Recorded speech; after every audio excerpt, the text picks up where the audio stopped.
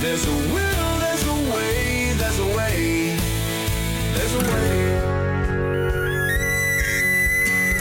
Welcome to Blue Collar Elk Hunting, brought to you by ElkBros.com, with your host Gilbert Ornelas and elk hunting coach Joe Gillia. You want to hunt elk, and they live to hunt elk. Their goal is to share with you what they have learned grinding it out for over 35 seasons, doing what they love. So come on into camp and set a spell. Welcome to Blue Collar Elk Hunters.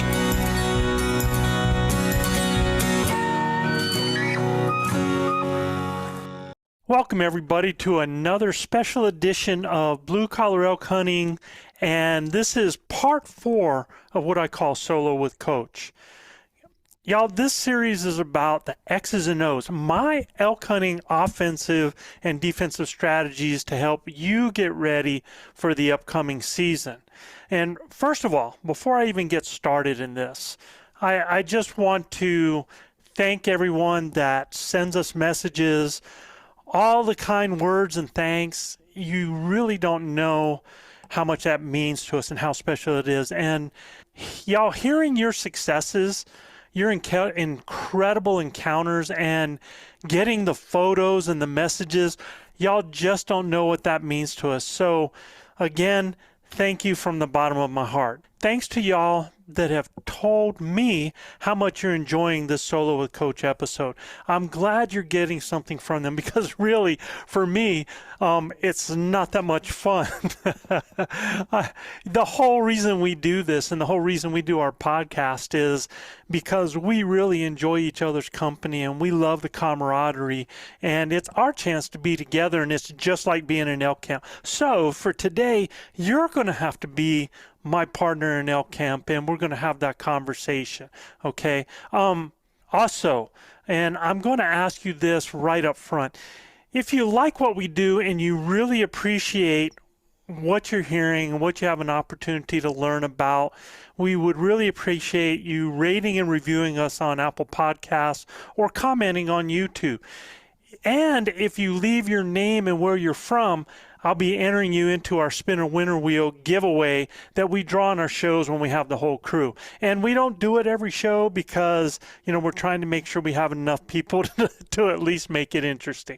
Okay, so let's get into Solo with Coach, because we started out with offensive and talking about what this is all about. And then for the last 2 shows, I've talked about defense. So today I'm going to jump right back into some offensive strategies. And if you remember, offense to me is all about scoring, and my 2 main offensive goals are to create scoring opportunities and then to become efficient in the red zone. That's in anything I've ever taught, anything I've ever coached, you can create opportunities, but the difference between those people that are constantly and consistently winning, that come out on the winning end of it, are those people that know how to finish. They're efficient once they get an opportunity and capitalizing on that. And y'all, elk hunting is about opportunities. The more opportunities, the better the odds. It's funny because just the other day, I was talking to some of my buddies, and they were talking about the season. In fact, it was at one of the Western Hunt Fests I was just at. And the comment that one of the guys made, and really this is true for a lot of people. He was like, if he got 3 opportunities in a hunt, he felt like it was a successful season. And I really got to thinking about that. And trust me, it can happen. I mean, really, I think in 2022, I had 1 opportunity. 10 days of hunting, 10 days of hunting hard, and really 1 opportunity. And fortunate enough that I'm fairly efficient once I get in that, and I was able to capitalize on that 1 opportunity. Now, I will tell you this. To me, that was the exception and not the rule. I'm really about having 3 opportunities a day, you know, at least, where I'm about in striking distance, or I'm at a point where I'm going to have an opportunity to be able to finish, or I'm just going to blow it up. And that happens a lot. Because of my aggressiveness, I blow up a lot of opportunities. But I will tell you this, because of my aggressiveness, I get a lot more opportunities a lot of people wouldn't, because I make those happen. All right? If you are going to have multiple opportunities, you can't wait on the stars aligning. If you want to be consistently successful, I want you to remember these 3 words, and you hear them out of my mouth all the time. Aggressive, aggressive, aggressive. Aggressive, aggressive, aggressive. Yeah. And what do I mean by that? Does that mean I'm always screaming? Does it mean I'm always sounding angry? No, that's not what I mean. I'm aggressive in the fact that I am always calling, and I'm aggressive in the fact that I'm going to put myself in a shooting opportunity, or I'm going to blow it up. End of discussion. I am not going to let an animal or an opportunity walk out of my life. And, you know, I've talked with so many people that have said, you know, well, if I don't blow that up, I can probably get another opportunity at that bull. I'm just going to tell you, the way I face everything that I do is that I'm not going to see that bull again. And the likelihood of seeing that bull, especially during September when they're always pushing, going to different areas, the likelihood of that, especially if you're public land with a lot of people moving those animals, is pretty minimal. Can it happen?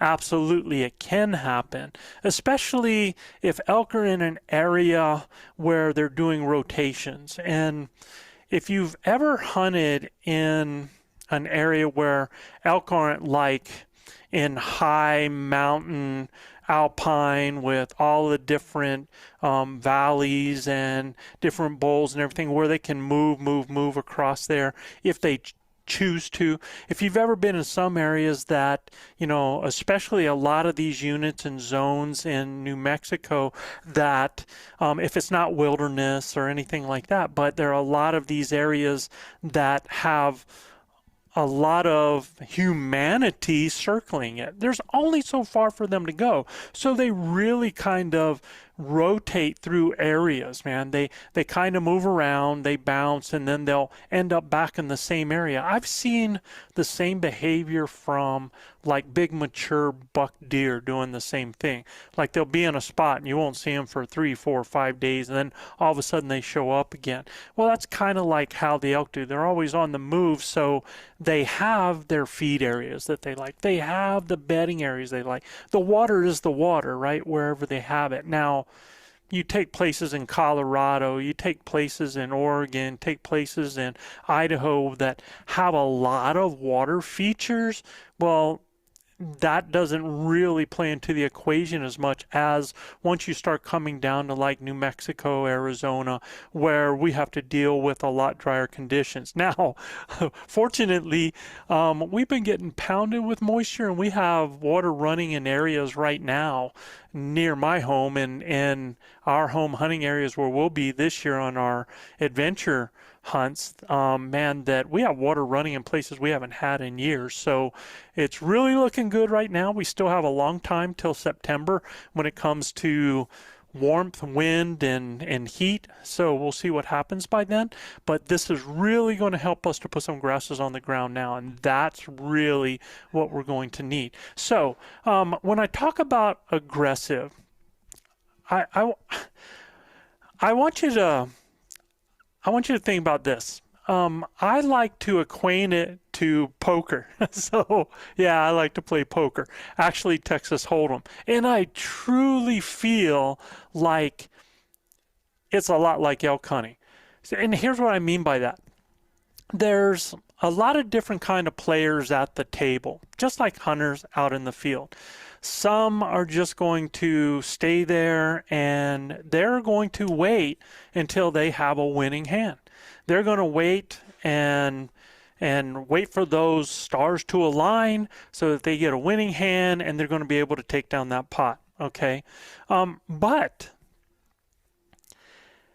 for those folks, they they're going to have to keep feeding, just like you're going to have to feed the time on an elk hunt. You're going to have to be out there every day. You're going to have to put your time in. You're going to have to get out there in the woods. And a lot of people go through the mountains in the hopes of those stars aligning and them having that winning hand show up. Well, here's the thing. I want you to think about it this way. In Texas Hold'em, the odds of getting a straight flush, of drawing a straight flush, is 1 in 72,000 hands.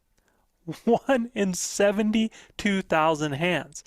The odds of drawing 4 of a kind, which is it's a great hand, is 1 in 4,165 hands. Now, if you broke that down into 5 minutes per hand, man, you're going to be waiting a long time for the opportunity. That means you had to stay there once that hand. There's so many variables, excuse me, that could change that along the way. Somebody leaving the table changes the cards, right? Somebody having a misdeal changes the cards. There's all kinds of things. Just like in elk hunting, there's so many variables that can change what was going to be your opportunity. And it could be something as, you don't know if another predator gets onto an animal that's coming to you. You don't know if another hunter just went through an area.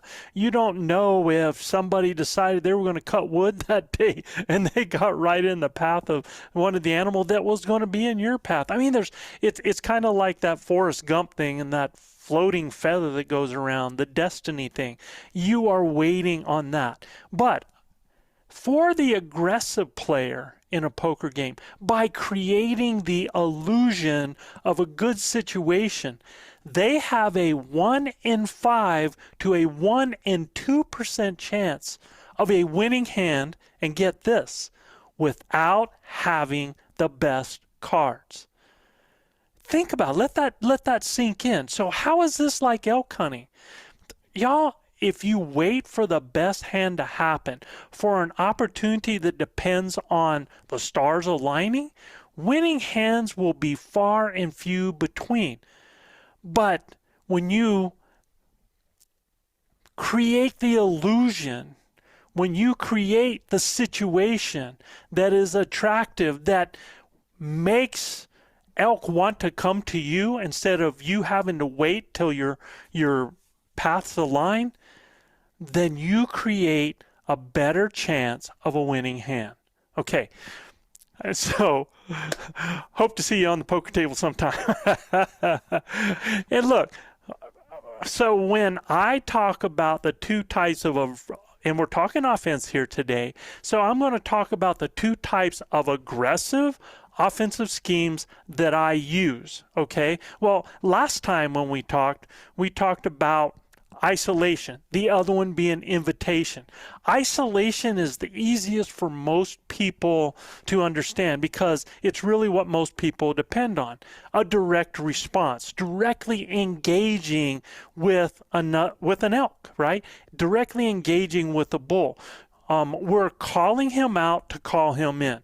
And like I told you before, the more I understand that bull's wants, that bull's needs, and the deal breakers, the better chance of my opportunity. But all of this depends on a direct response. And that doesn't mean that that's not able to increase your odds. It absolutely is, because number one, you're calling so much better than if you're walking through the woods silently, if you're looking for sign, if you're hoping to see. Now, honestly, man, I mean, that's how I started elk hunting, using my eyes, using my nose, using my ears, all my senses, smelling them, then working into the wind. But that's me searching them out. My goal is to really cut through all that crap and have them look for me. That's where invitation comes in, okay? I want to create the illusion of elk doing elk things that's going to make a bull elk want to come into me, portraying a situation that deceives and sucks a bull into a setup. Now, again, I told you a lot of this goes back to my coaching. I don't care whether it was football, basketball, track and field, anything, man. I want to create a deception that is going to put me in a winning advantage. And it's done all the time in sports, and it's no different here. So you're asking yourself, okay, so how do you do that? What will bring a bull to me? Now, I want you to remember when we talked about isolation, and everybody always jumps back to that.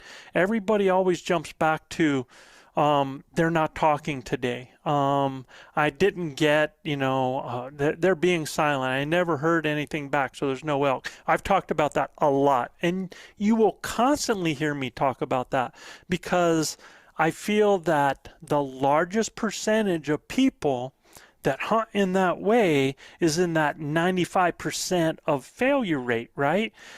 Sure, there's going to be a small percentage that everything's going to work right. It's all going to go cool. It's awesome. And it is so cool when it happens. And it's not that it's not part of what I do, but I also understand in isolation that there's other types of responses. And that's something that we talked about last time. And you can go back and listen to that. Okay. Now, when I talk about invitation, the illusion of elk doing elk things, you have to ask, well, what will bring a bull to me? In other words, what can I do? What can I create? What sounds can I do that are going to bring a bull to me, and why? Okay? Well, I'll tell you what you're going to feed off of. And if you think about, we talked about behaviors last time, right? So if you think about, these are the things that you play off of to get a bull to come into you. Curiosity. Setting a pecking order, okay? Herd mentality. Them being territorial. Going towards their protectiveness, and then or working on their need to breed. These are all behaviors, feelings, needs that they have that are actually their weaknesses. September, the largest one is the need to breed. That in itself right there is why most bulls die. Okay? So you, in talking about, like, okay, let me jump back a little bit. Curiosity. Elk are very curious because they're herd animals. And what are they curious about? Well, like when I said setting pecking order, in the early part of the season, when they hear another bull out there and they don't know how big that bull is, they want to be able to assess that. Their curiosity comes up and they want to go get a look at who this other bull is that's going to be one of their competitors. That's curiosity. It could be curiosity because they hear things going with a herd. I can tell you there was a situation when me, Chav, and Gil were hunting, and you've probably heard Gil tell this story before. They're always busting on me about it because we saw 3 rags, man. They were, I don't know, they were small 5s, just rag bulls, and they were in a situation where we were going to try to get one in for Chav. So we had Chav slip up. We stayed back, and it's interesting because it was kind of a hill that rolled down into a bottom area that gathered water and grew a lot of grass. They were down there probably about 400 yards away. We could see them. We get set up and we're going to try to pull them. Now the cool thing is we got Chav to move in. He got up, probably 200 yards on them. He got set up. We stayed back, and then we got to see their reaction to everything that we did. So the first thing that we did was, you guys know me, I'm a lover before I'm a fighter. Always. So we started throwing up some cow calls. Well, the bulls look up. They don't see any cows. So even though we were doing cow calls and we were doing kind of quietly at like 400 yards away, there was a hill behind us. So it could have very easily been that they were like, oh, they're over there, and their testosterone wasn't up. They really weren't that interested in cows, so they went back to feeding. That's what they were really into on that day, okay? So we watched that, and we're like, okay, that didn't work. So we tried, a bugle, just to see. Again, they look up, go back to feeding. There was times that we would continue to do that, like bugle or do a cow call, that they wouldn't even look up. So I commence to going back up and over the hill. And what I did was I started, instead of just doing a bull and just doing a cow, I started introducing a herd, okay? And when I introduced that herd of all those animals, and so when I introduce a herd, what's that? Well, there's calves, there's cows, there's mews, there's chirps, there's bulls that are doing small, short bugles, there's some chuckles, just herd activity, multiple in different directions. I'm using my tube. I'm throwing calls to this side. I'm throwing them this way. I'm throwing them right here. I'm cow calling back. I'm doing like this. I'm doing all kinds of different sounds in different directions to make it sound like a group. What happens? Those small bulls decided, oh man, there's a herd over there, and started coming to check it out. Okay, so in order, because of the time of year that they were in, because of the mode that they were in, that buddy mode, and they weren't into really the cows yet, I had to go off their curiosity and off their herd mentality to try to pull them. Really cool, because we could watch all of that. All right. The territorial, the protectiveness, and the need to breed, all of those kind of go in together. So when I am doing invitation, when I am portraying a situation, when I am painting a picture, creating an illusion of elk doing elk things, what type of illusions, what kind of pictures, like I just talked about with the herd and how I did it, am I trying to portray? So I'm going to tell you my number one scenario, my number one painting that I try to paint. Anytime I'm moving through the woods, again, aggressive, I'm always sounding, making, and you've heard me say this. I mean, it is no secret Joe Gillia's initial strategy. I am moving and sounding like a cow, multiple cows, or a cow and a calf. I'll change it up. And I'm doing it as I'm moving. And I'm stopping at times to really look and listen. Remember, my goal, even though I'm moving, the reason I'm moving is because if I'm in an area where elk aren't, I got to continue until I get into a place where elk are, where they can auditorily pick me up, right?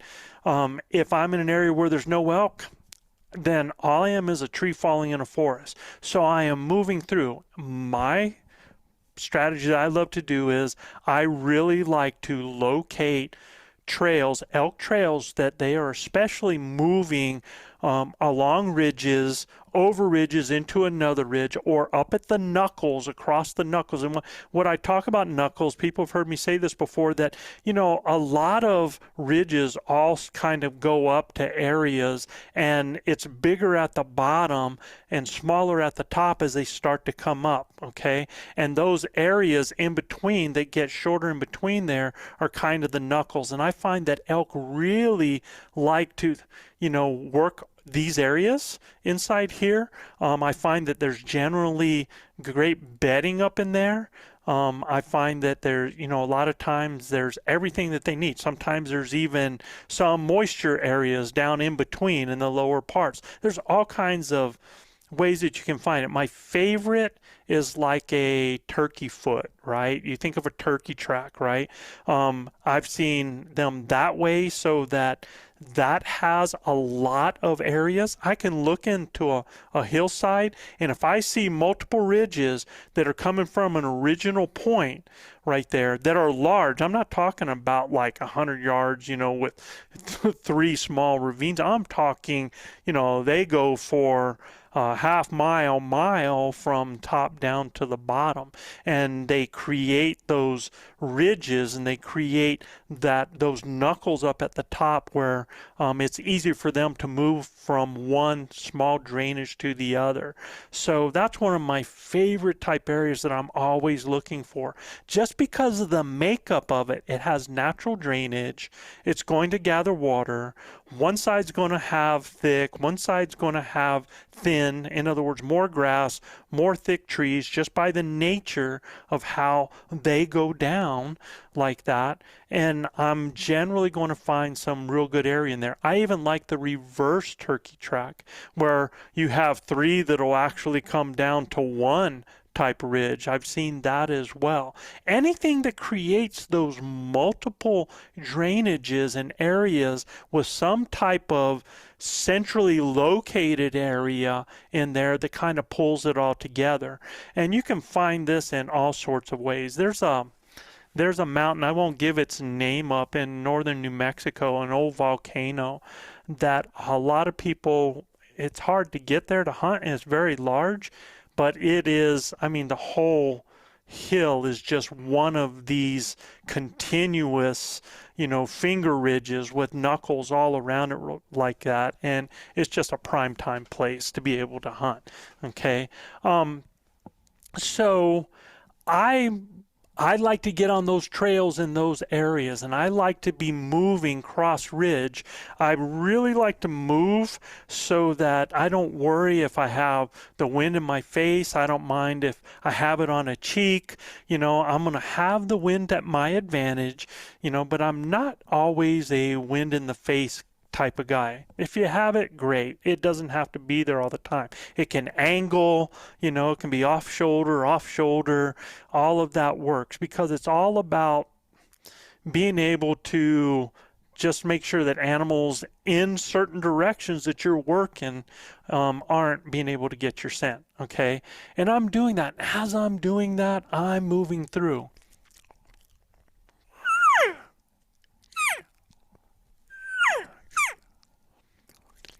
And I'm just doing those sounds, and sometimes it's just,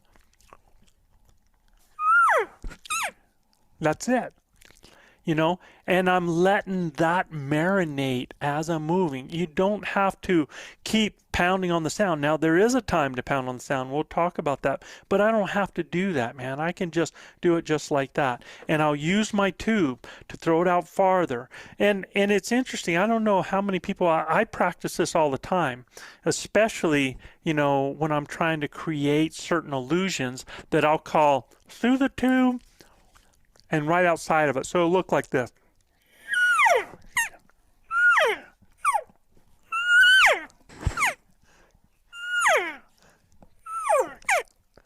And that really gives that illusion of animals being in different directions and different distances. Okay, so, and all that takes is just, as you're inside, just going right outside and just giving a call, just right outside like that. Okay, so my first scenario is of either a lone cow or a cow and a calf or a small group of cows moving through on the trails. It is so natural. I'm on elk trails. They're set in the area most of the time, and there are elk making sounds, and that is so believable because it's most likely areas where bulls have run into elk or the cows they've been looking for already.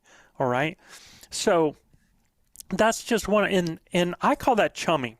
Actually, I'm just putting bait in the water. I'm just putting it out there so that elk start coming to me. Okay.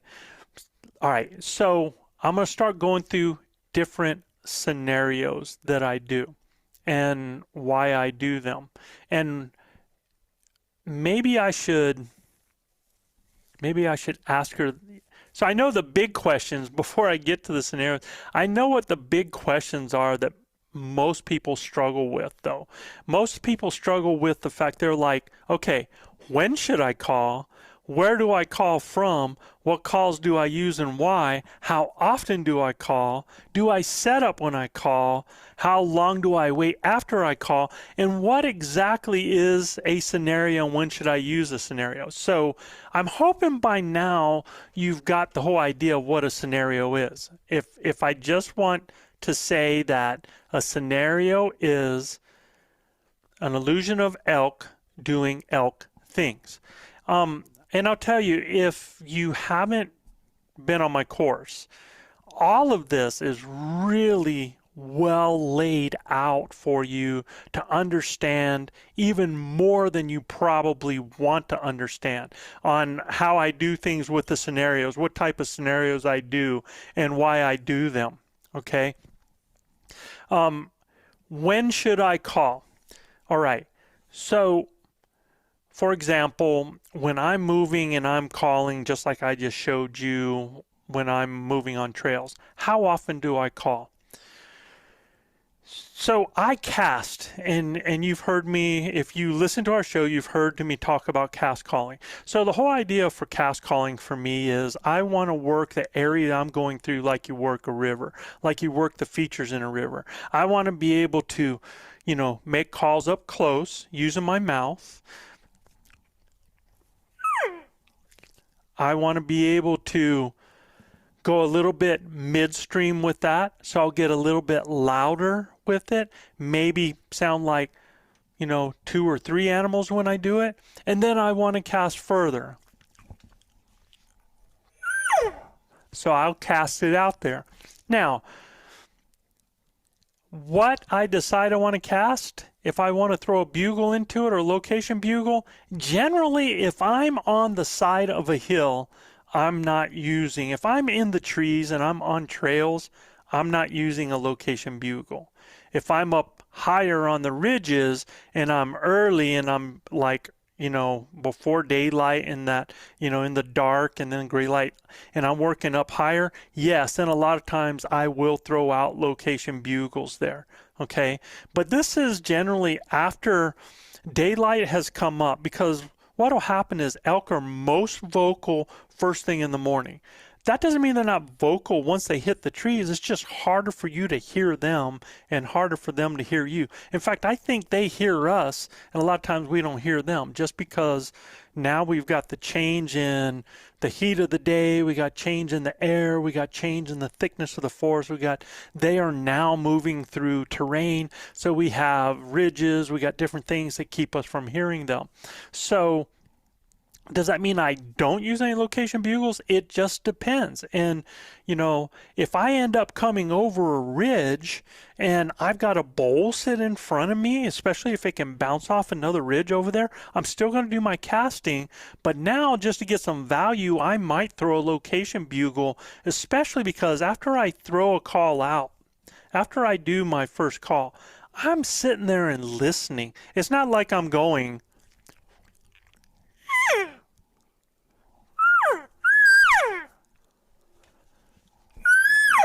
I'm not doing all those in a row.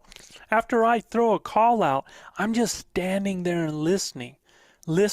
And I'll tell you, if I have a partner with me, the worst thing they can do at that point is thinking that when I'm calling, it's time to unzip their pack or to get water or to start getting food. No, man, if we're making calls and throwing them out there, everybody is still and listening. We're listening for a response. And remember, a response is not always a bugle, okay? So if I come to an area where I see I'm going to get value to throw that out, yeah, sometimes I'll throw out a location bugle. But if I'm moving through a lot of that dark and in that thick and over that terrain, I'm just doing just my cow calls right now. All right. I'm just being that lover before I'm being a fighter. I'm being that group of cows that's moving along through the trails, hoping to pull in something. All right. And a lot of times, and I want you to understand this too, is that a mew is also a location call because bulls will bugle back at them. And if they bugle at your cow call, don't bugle back at them. You just push their button with a cow call. That's what you want to stay with. Okay, so those are just some things for you to think about there. All right, so that is my standard scenario. Now, here's a really cool question because it says, well, when should I call, right? All right, as soon as you think you're getting a new feature set, like you think about how far your calls are going based on the thickness, on how much area. The thinner the trees, the more you're up where you can call across something, you're getting more value. So until you pretty much change that, you won't call until you get in another feature set where you're going to be able to cast and see if you have anything in that area. If I'm moving through and I'm on a side ridge and it's really, really thick and I'm going around points and coming into new areas like that, man, as soon as I start to even like head up, to where my eyes are around something, if I have a hill in front of me or I'm just starting to come around a bend, I'm actually going to throw a call out there, or I might even wait till I get down on the other side. I never want to be at the highest point where I'm exposed. I always want to be in shadows when I'm calling.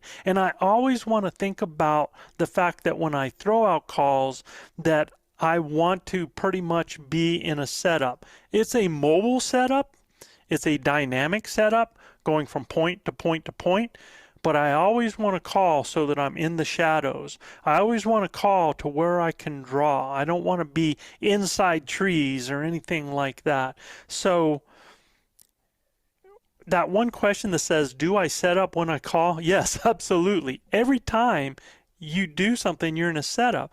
But a setup doesn't have to be that, you go, you find a certain tree, you're going to be right there. You're going to make sure you have brush in front of you and you have your shooting lanes out to the side. No, it's not always like that. There's a time and a place for that. But when I'm moving, I just have to think about where I'm at and the possibilities of where animals can come from. And what if an animal steps out looking for me because I'm calling them to me, right? I should expect them to be coming and to show up. So I need to make sure that when I stop to listen, when I stop to look, and not only am I giving myself visual value or wherever I am, I'm making sure that I'm shadowed. I don't want to be where the sun's shining on my face, where a critter steps out and is just staring at you like, oh, hey, I've had it happen. So, and I know a lot of people are going to have that happen. Trust me, no biggie. It happens. But hopefully you're learning about that now. Okay, so let's talk about some other scenarios. A lost cow or calf, all right, is another scenario that I use. All right, so that lost cow, that is when, and I'm going to pull my mic away from me just a little bit. That lost cow that pleading, that is that insistent. There was one year that the lost cow, man, I had bulls coming. It seemed like that hunt, it just was the magnet call. And it's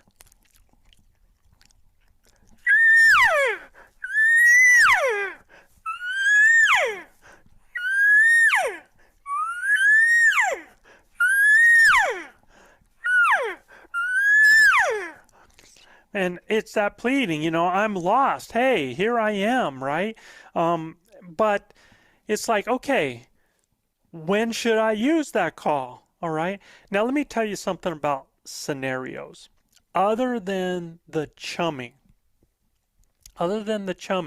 okay, and not just the chumming. Let's see. I've got the chumming. I've got my destination bull. I've got my advertising bull. And those ones there are actually what I call dynamic, moving, chumming type scenarios. Okay, so you understand, when I'm doing the multiple cows. Well, what about the destination bull? So there's a lot of times that during the season, the elk are just quiet. They're silent. And so what I start doing is instead of me waiting for them to make a sound so that I go to them, well, I start acting like that bull that has cows that's going to a destination. So I will start going from feed areas or near feed areas, especially if I haven't hit on anything in that morning, and start moving up ridges to get to those points where it's everything starting to come closer together. Maybe other bulls who are in search mode are hearing from some of these other ridges, hear the direction that I'm going with my cows, and come in to meet me. So what does something like that sound like?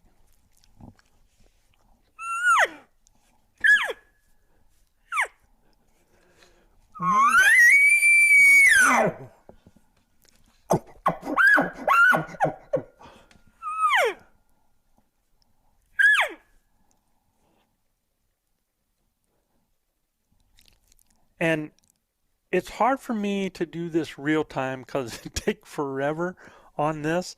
But when I'm doing it, you just think about how often, if you've hunted elk before, how often you hear those bulls when they bugle as they're moving up a hill. The thicker it is, and the bigger the group of cows he has with them, the more he's going to bugle. And the more you're going to hear chirps, you're going to hear calves, you're going to hear cows. That's going to be intermixed with him as he's doing it. And so I try to sound like that group as I am moving up towards a bedding area. And I've had bulls that have come into me trying to, head me off at the pass, that have tried to come in and see what bull has what cows. It's a great way to have them come look for you. That's that destination bull. The advertising bull is just that bull. It's just moving through the mountains, and he is just bugling, just announcing where he is. And it's you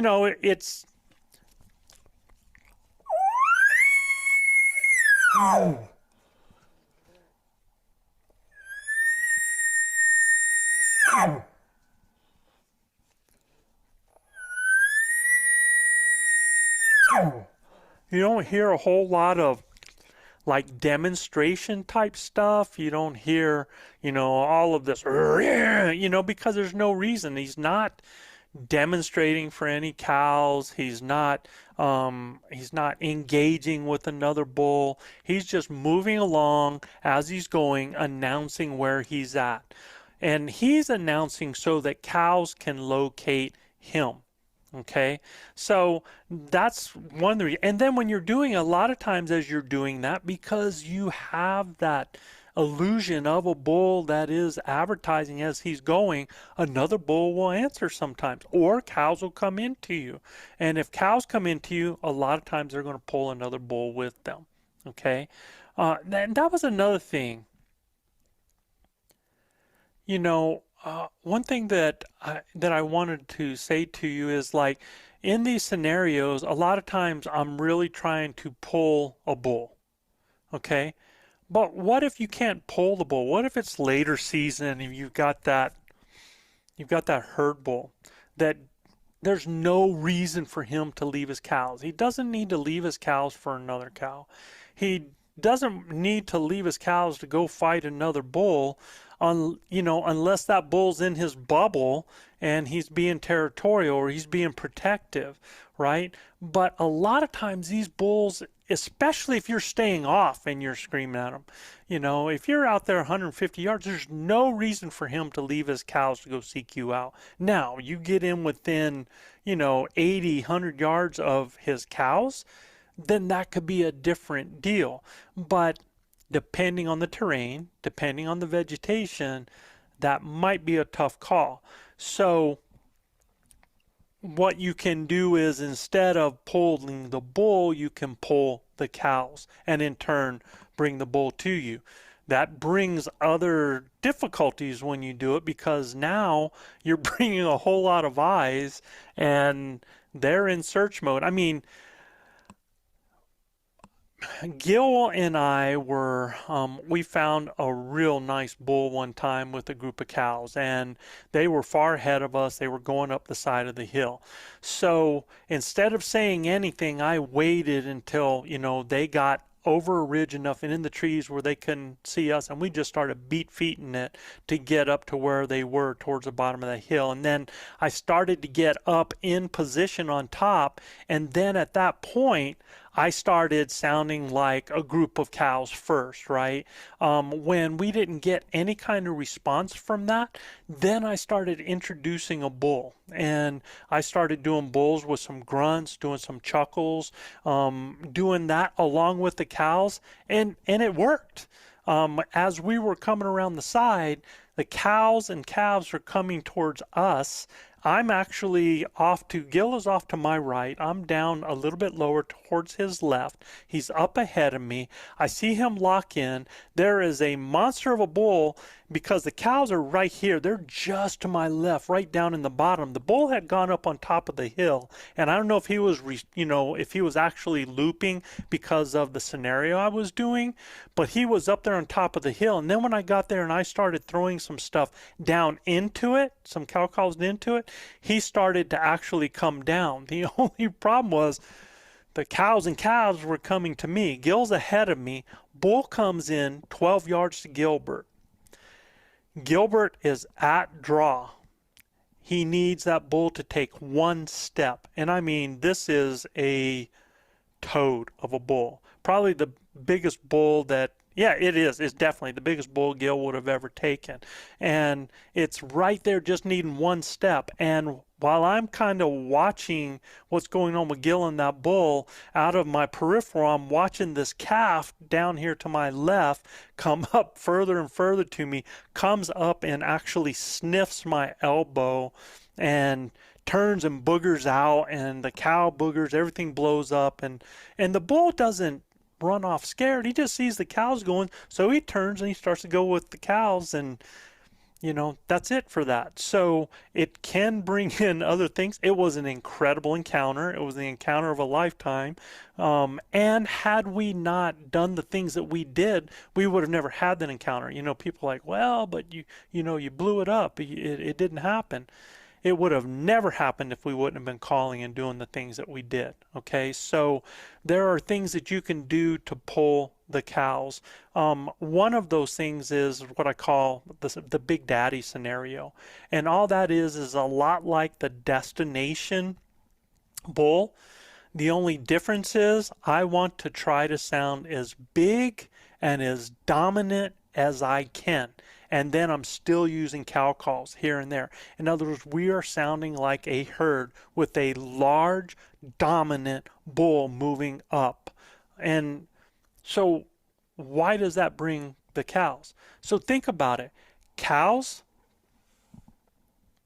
they want to breed with the biggest, strongest bull that they can to have a strong calf. Right? So by doing that, by sounding that big like that, a lot of times, man, that bull that's with them is either going to have to put up or shut up, or those cows who are generally in front are coming into us first, and we can end up in a position where if we just let them come into the area, shut up and let them move through, we can end up with a great opportunity at the bull.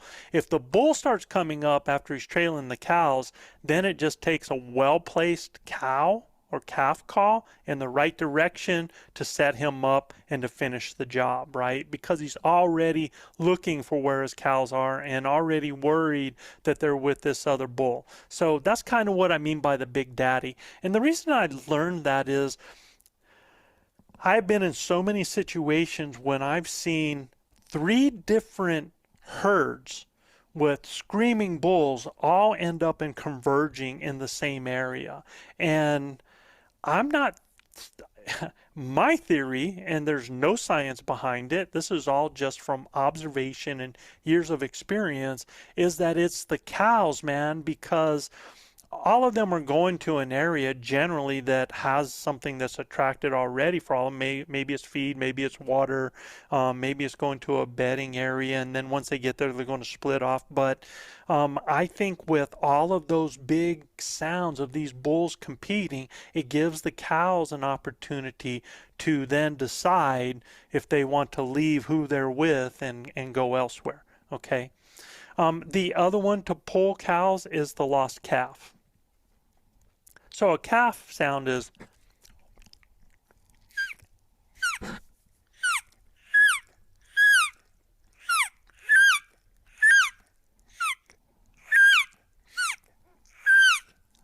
and when you get that little louder, more urgent and repetitive, that's that lost calf. Here's the key to doing that calf sound.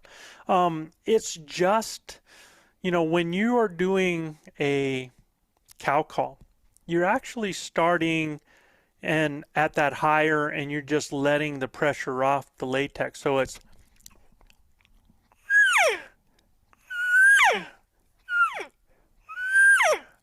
so I'm still letting air out as my tongue is dropping off. With that calf, I just really hit my diaphragm. I just pop my diaphragm, and I just keep my tongue in that same pressure spot at the top of the cow mew. So it's, instead of going, I just stay at the, right where at that top is, and just a hard hit. Instead of going, it's just a short, hard hit. So I don't end up with any length and have to drop off to get that other sound. That's how I make it. For me, and different people do different things, I'm more comfortable with my mouth open, kind of having that tongue in pressure position. Some people do it with mouth closed. It's just whatever works for you. But whatever you do, don't start using the lips to start trying to create, like,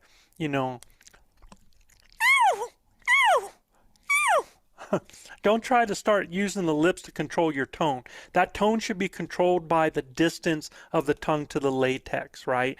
The closer to the latex, the higher the pitch. The further away from it, the deeper.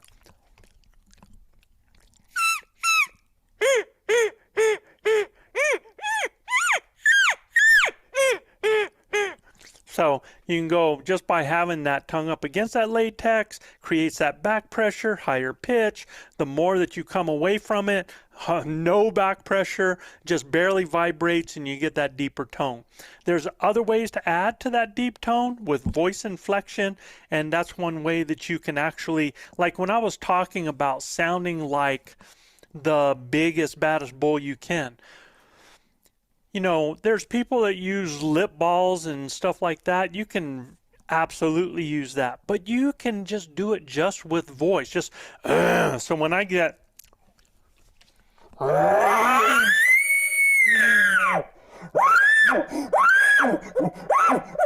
you can use that deep voice, add that growl to it, or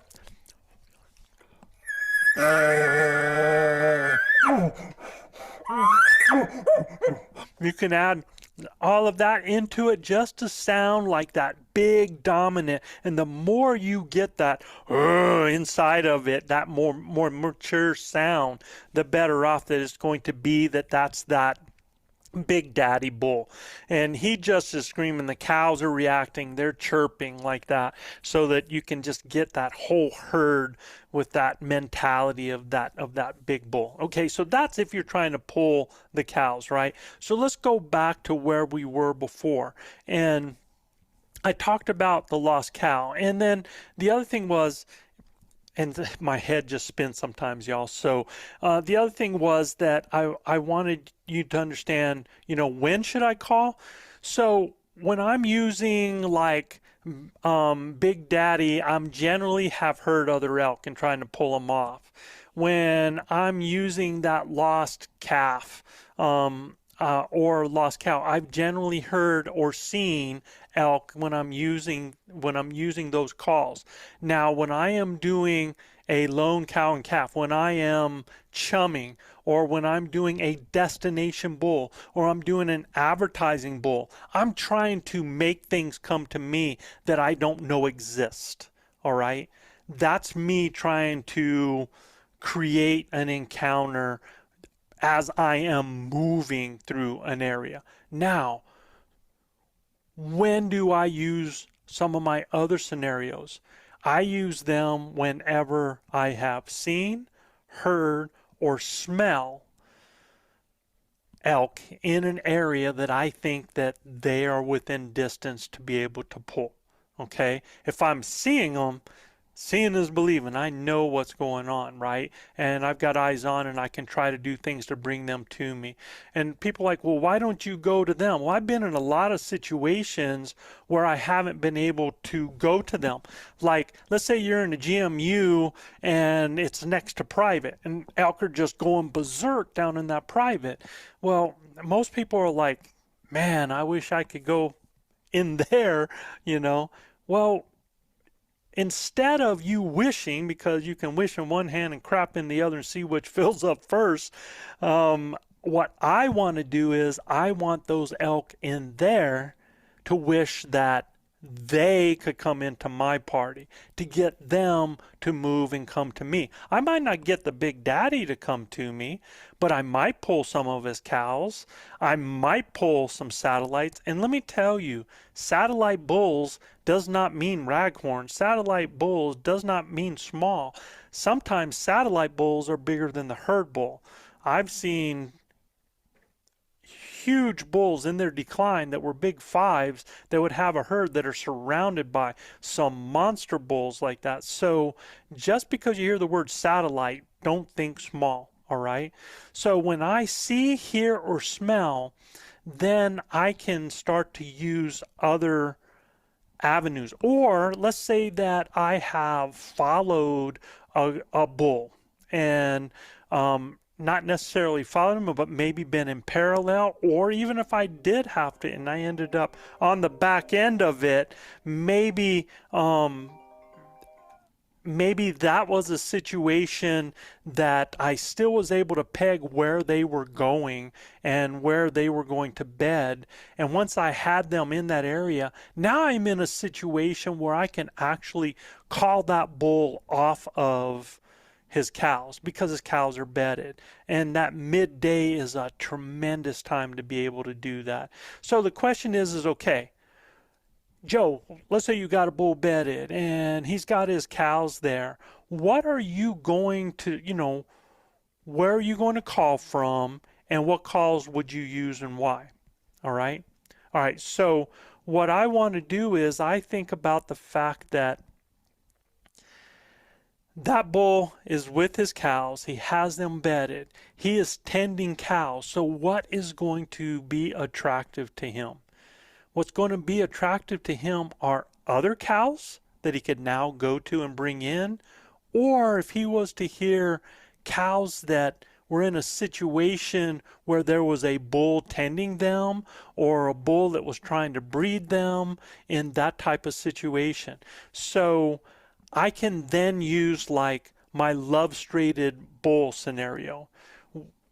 This is probably, other than my chumming and my cows like that, is probably one of my go-tos once I have what I think is a bull in an area that's bedded, or if I think I have a bull or multiple bulls in an area that I can't pull them off, or even if I'm trying to set up a rut fest, I kind of introduce some of this. So what is a love-strated bull? Just that. It's a bull that wants to breed, has cows, and the cows aren't letting him. So the type of sounds that you hear out of him are the type of sounds that are from him being frustrated, from him wanting to breed. And for another bull hearing that, man, that is a magnet. Okay? What does that involve? It is layering cow calls. It can be even cow calf, but generally it's going to be cow calls. It can be more than one cow. I'm going to throw those into the air and let them be out there. And then I'm going to start introducing bull sounds, and they're not going to be bugles. It's going to be low vocalizations. It's going to be huffs, moans, whines. Okay. There's a time that I use glunks as well. Especially if I have a bull that's working in an area that I've seen or I'm hearing, I'll use glunks in this as well, because when they hear glunks, they know that's a bull tending cows, and it is such a solid thing. Glunks, I don't know if you guys can hear it on here.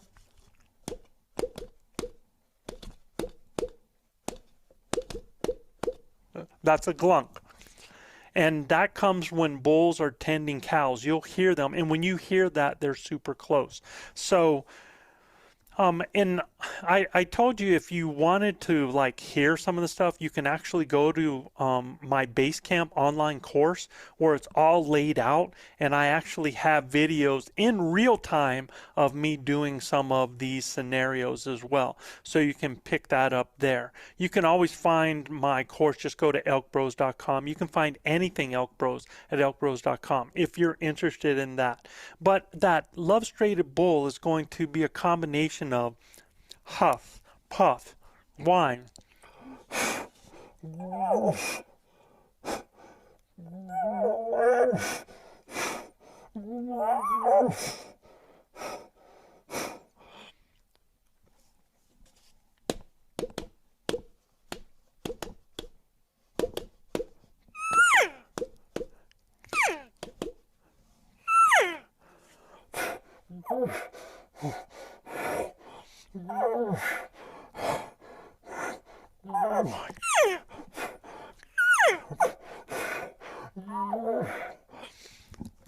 and I'll rake a tree, around me as well. That's the love-straighted bull when I do that. When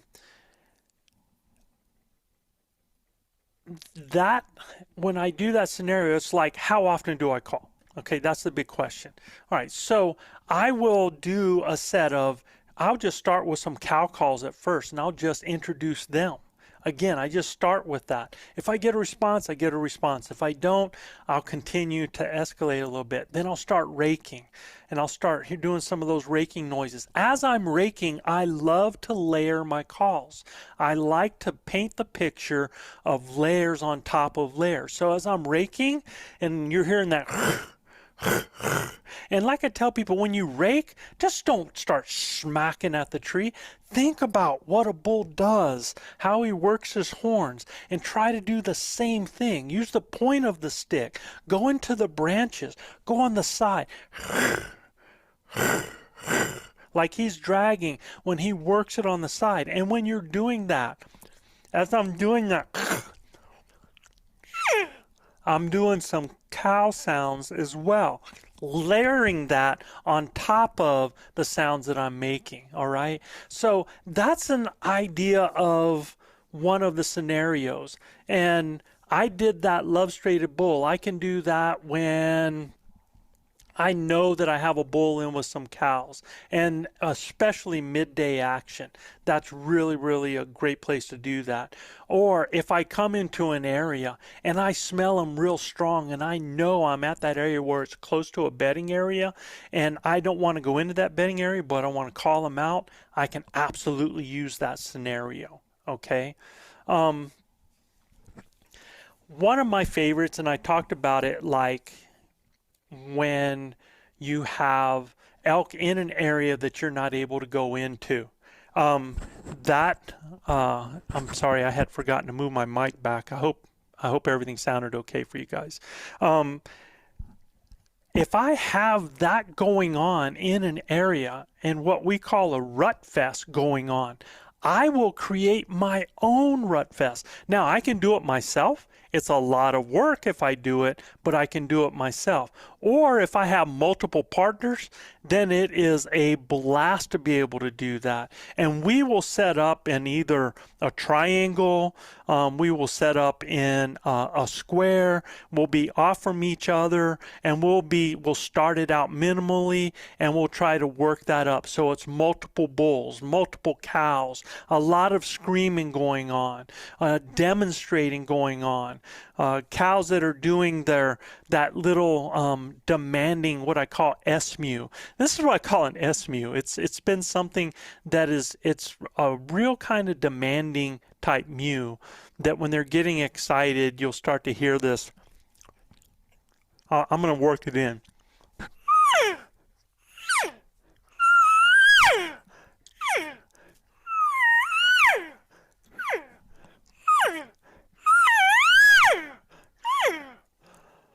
It's kind of a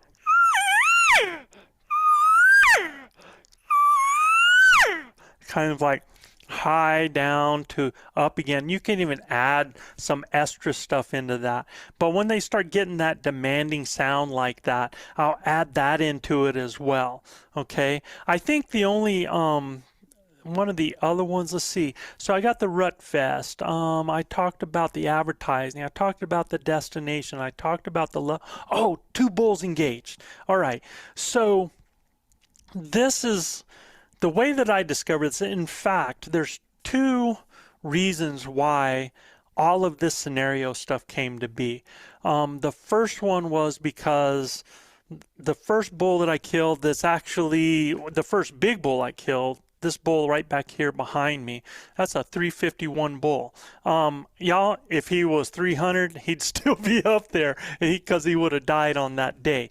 But what happened was I actually got on these bulls at about 3 o'clock in the morning, a herd working across. I stayed in amongst them. There were times I thought I blew it up where, a small rag had spotted me and started to booger out of it, and I would cow call. But there was so much movement with all these animals around and legs everywhere. As soon as I'd cow call, they would just settle down and settle. And so I was able to stay in there, and the wind was just great that morning. So I just kept moving, but I was like in the herd and at the back end of the herd and couldn't blow through them without blowing everything up. And this bull just kept screaming on the front. Well, started at 3 in the morning in the dark, just staying with them until I got daylight, and then started working them once I got into the daylight. And then it was about 9:30 when I saw him going into this one area, and I figured I could drop down, I could use the terrain, come up around the side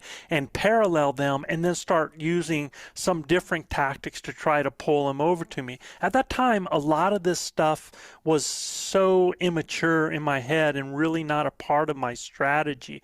So I was just going to get around and try to get up to where I could hopefully cow call and bring that bull to me. Well, when I came up over the top, on the top of this ridge, and look for him, no elk to be seen.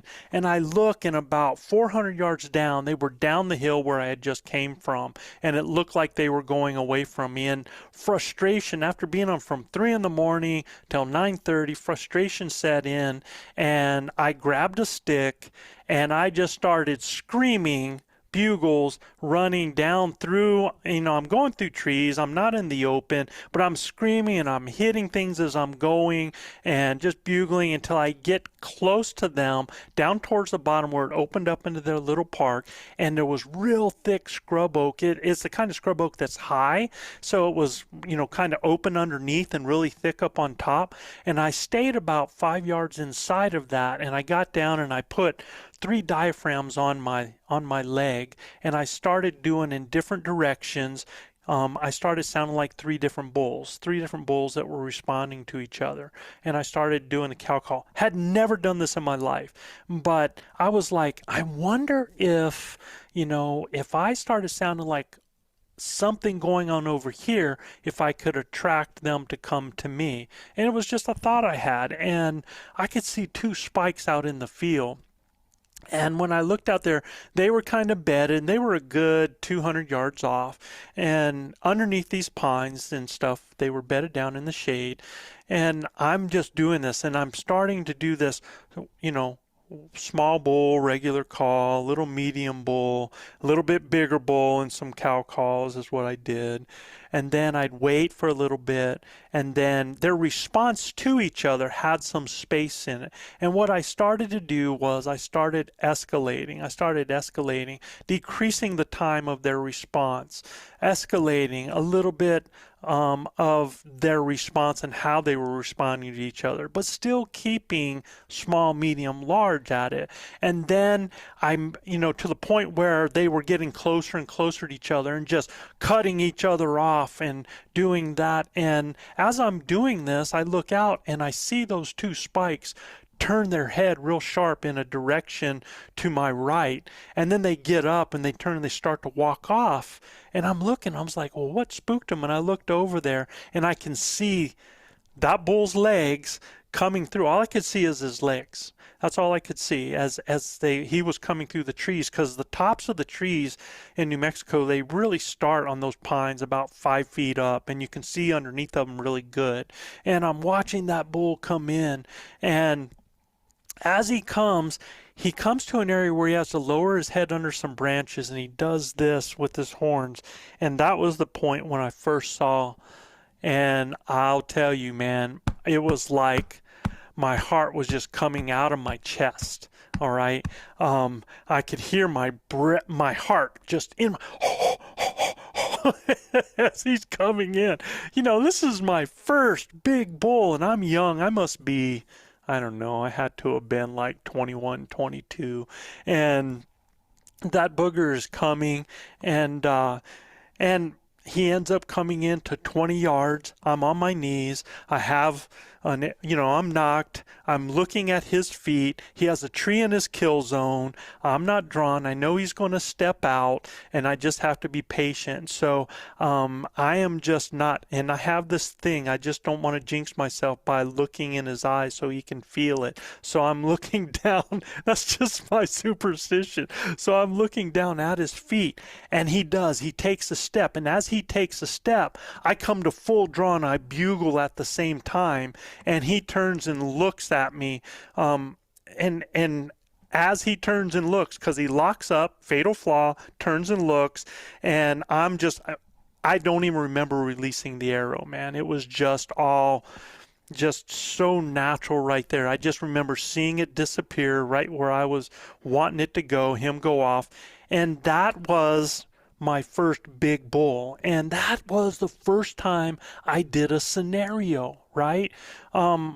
It wasn't until so I knew at that time that I was onto something. I actually tried writing a story for Bowhunter about this in those years, and it got rejected. And they said, well, can you tell us the difference between your scenario and just calling a lot? And so at that point, I was just like, I guess, I don't know, I guess they just don't get it. So I just let that fall to the wayside. And it was a couple years later that Chav and I were hunting together. Well, this is pre,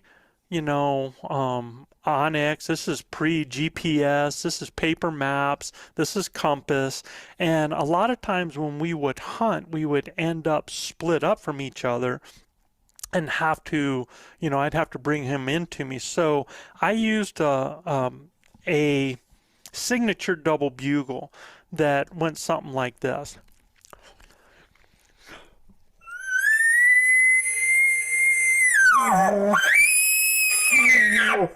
It went something like that. So it sounded like a bull cutting off another bull or responding to another bull as that sound was starting to go down. I would do that so he knew it was me, so he didn't think it was just another bull. I would just do that over and over. Well, we had gotten into a herd, and we got split up because we're in this real thick jack pine. Some of the group went over here. Chav went off after some. I saw a group over here. I went into that. I start cow calling. A bull comes into me. He's coming through the oak brush. It's picture perfect because as he's going through the oak brush, he's going to pop out in front of me at 8 yards. I'm fully drawn. He pops out.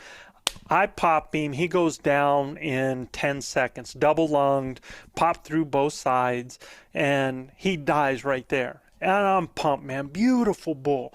And I'm trying to get Chav to come into me. So once I got him down there and everything, and I'm starting to work him a little bit, I'm like calling so that Chav would come in, and I'm doing double bugle, double bugle, double bugle, double bugle.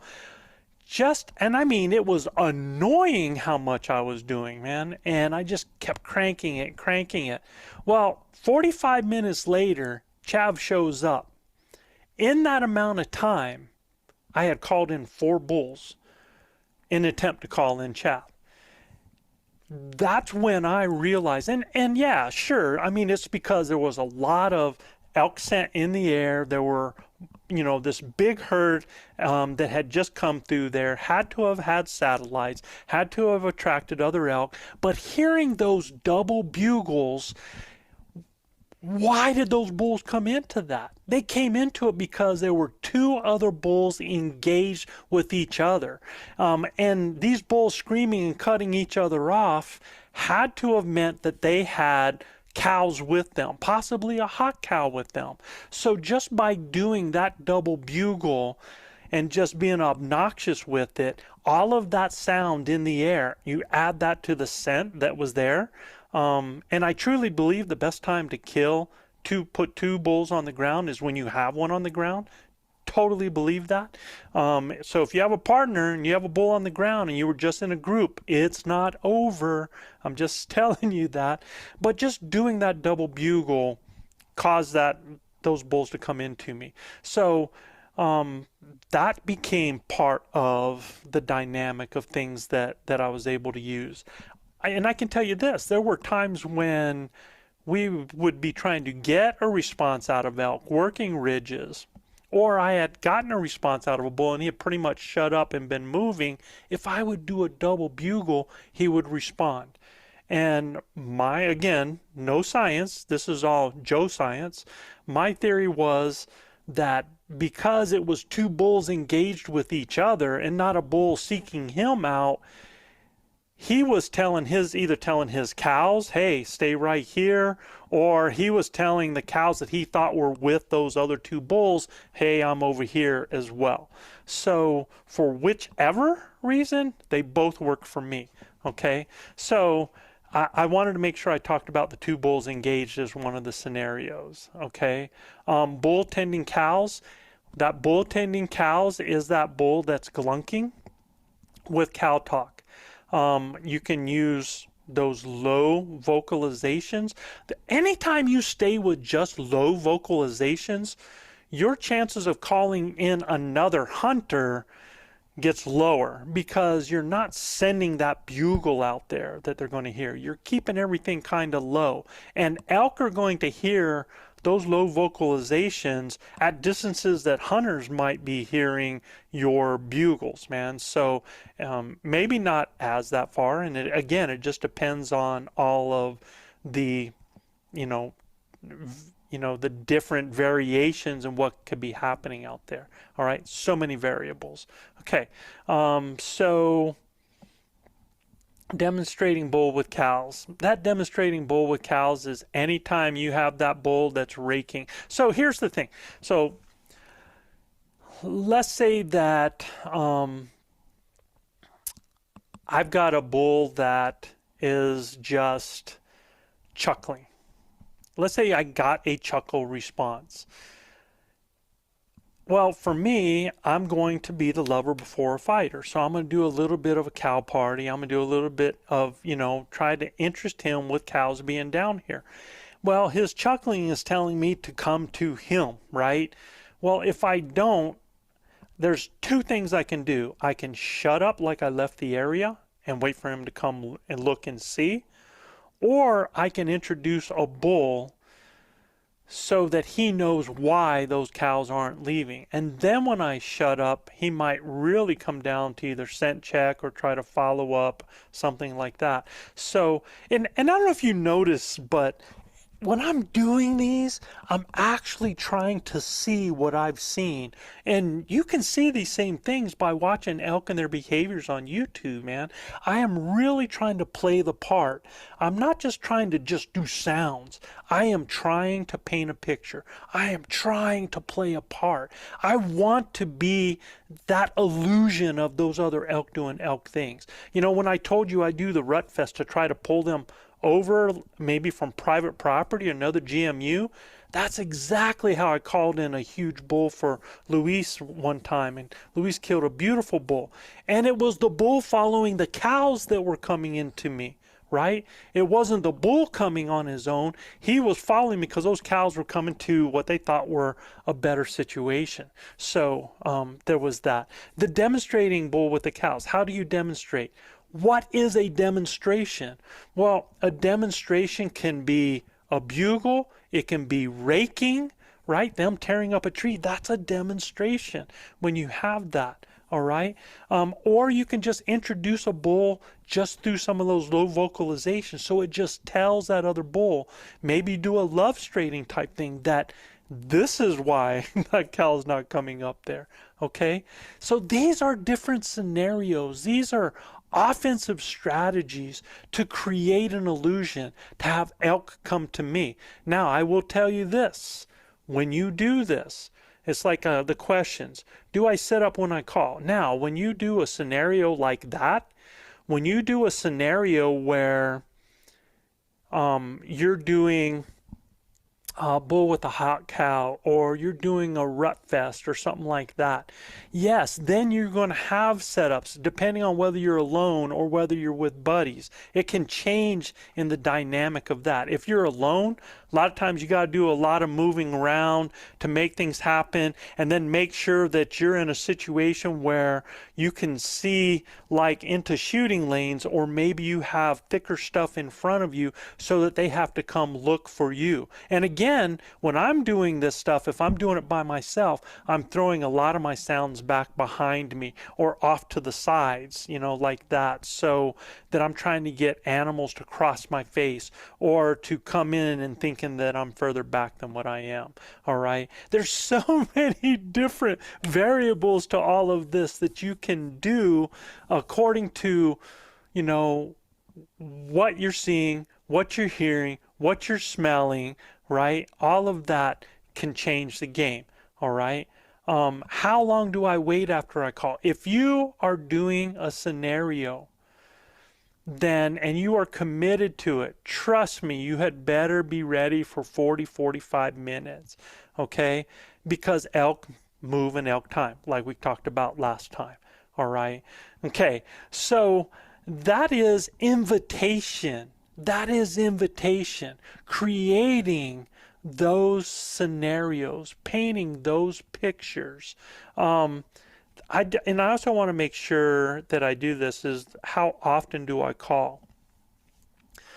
Depending on what's going on, because if I'm doing a rut fest is going to be a lot of calling going on, man. I might, you know, start it out a little slower, little, like I said before, spacing between so that the reactions are a little bit further apart, and start to bring it and heat it up.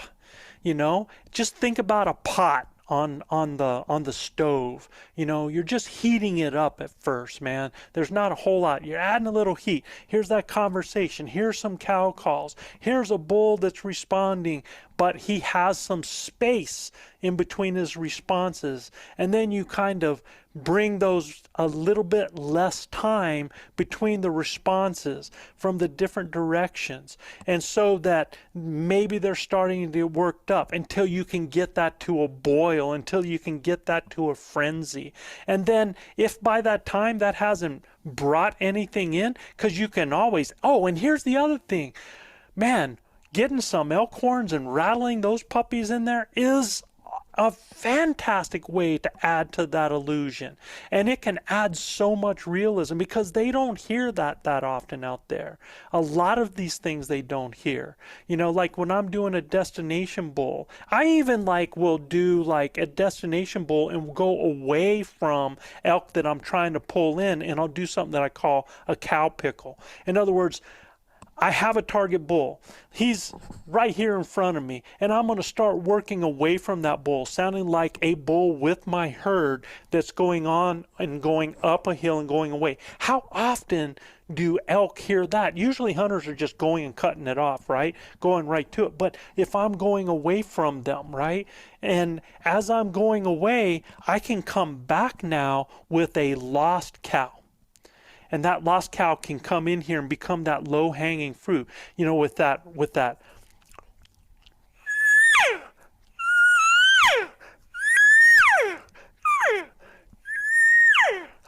As I'm going back and I'm working like that, and then I can slow it down, and I can just do a couple mews, and then I can add to it. I can start to go back to the herd and re-engage the herd, and then come back with it, with that cow coming in. And we've had great luck with that after we have sighted a bull. And we knew where that bull was.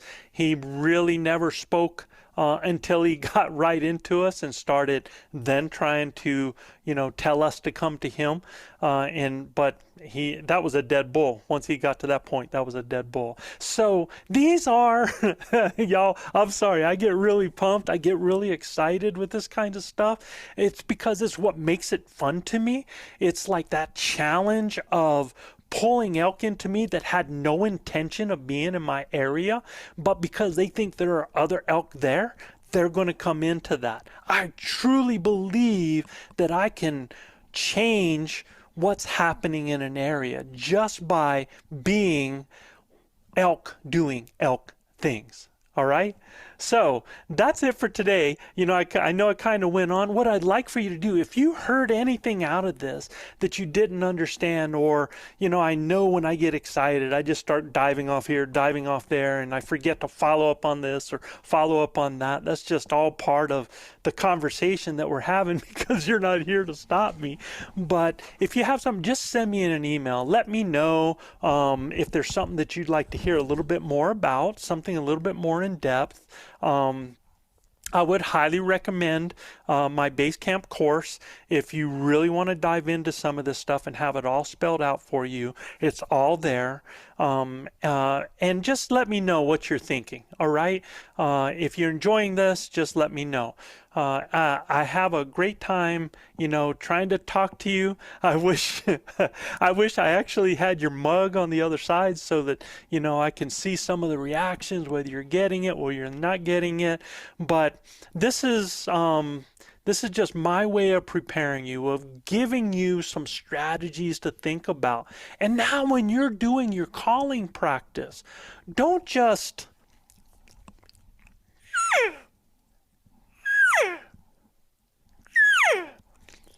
I want you to go on YouTube. Go look at the elk in Rocky Mountain National Park, man. Look during September what they're doing. Look at the situations. Get a visual of that. And then when you're practicing, try to create that illusion. Try to paint that picture. Try to be those multiple calls. Try to be that bull that's here. Try to be that aggravating bull over here. Now understand there's a lot of visual that goes on with all of that.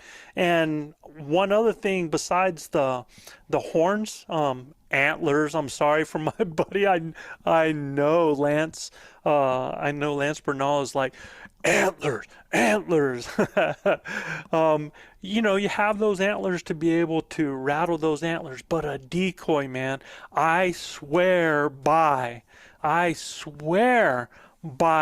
the predator decoy that I have on the front of my bow, man. I think it is so key in so many situations like that. So, yeah, go check out the decoys. Get yourself some horns. And make sure that you cut those down enough so that they're thick, and they're really not going to hurt you because they can be dangerous, okay?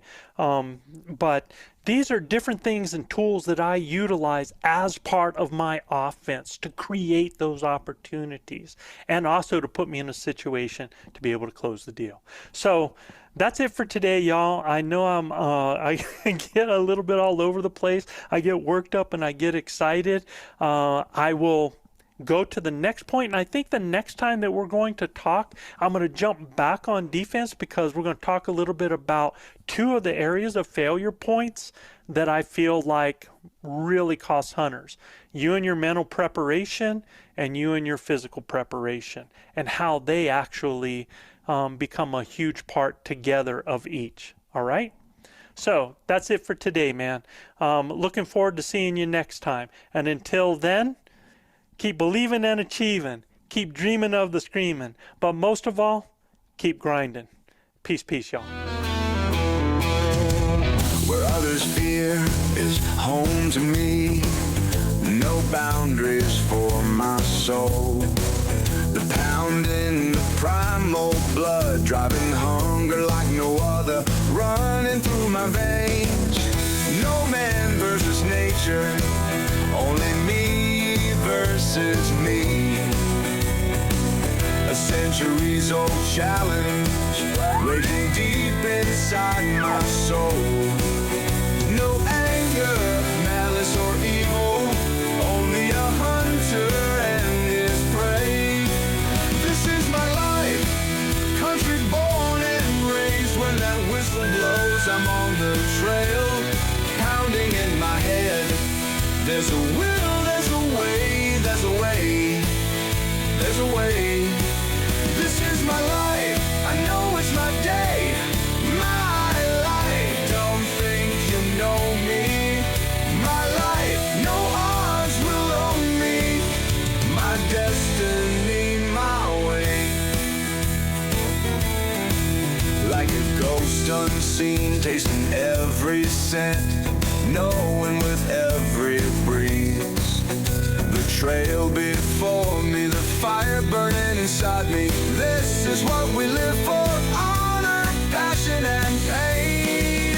This is my life, grinder born and raised. When that whistle blows, I'm on the trail, pounding in my head. There's a will, there's a way, there's a way, there's a way. This is my life, I know it's my day, my life. Don't think you know me, my life, no odds will own me, my destiny, my way.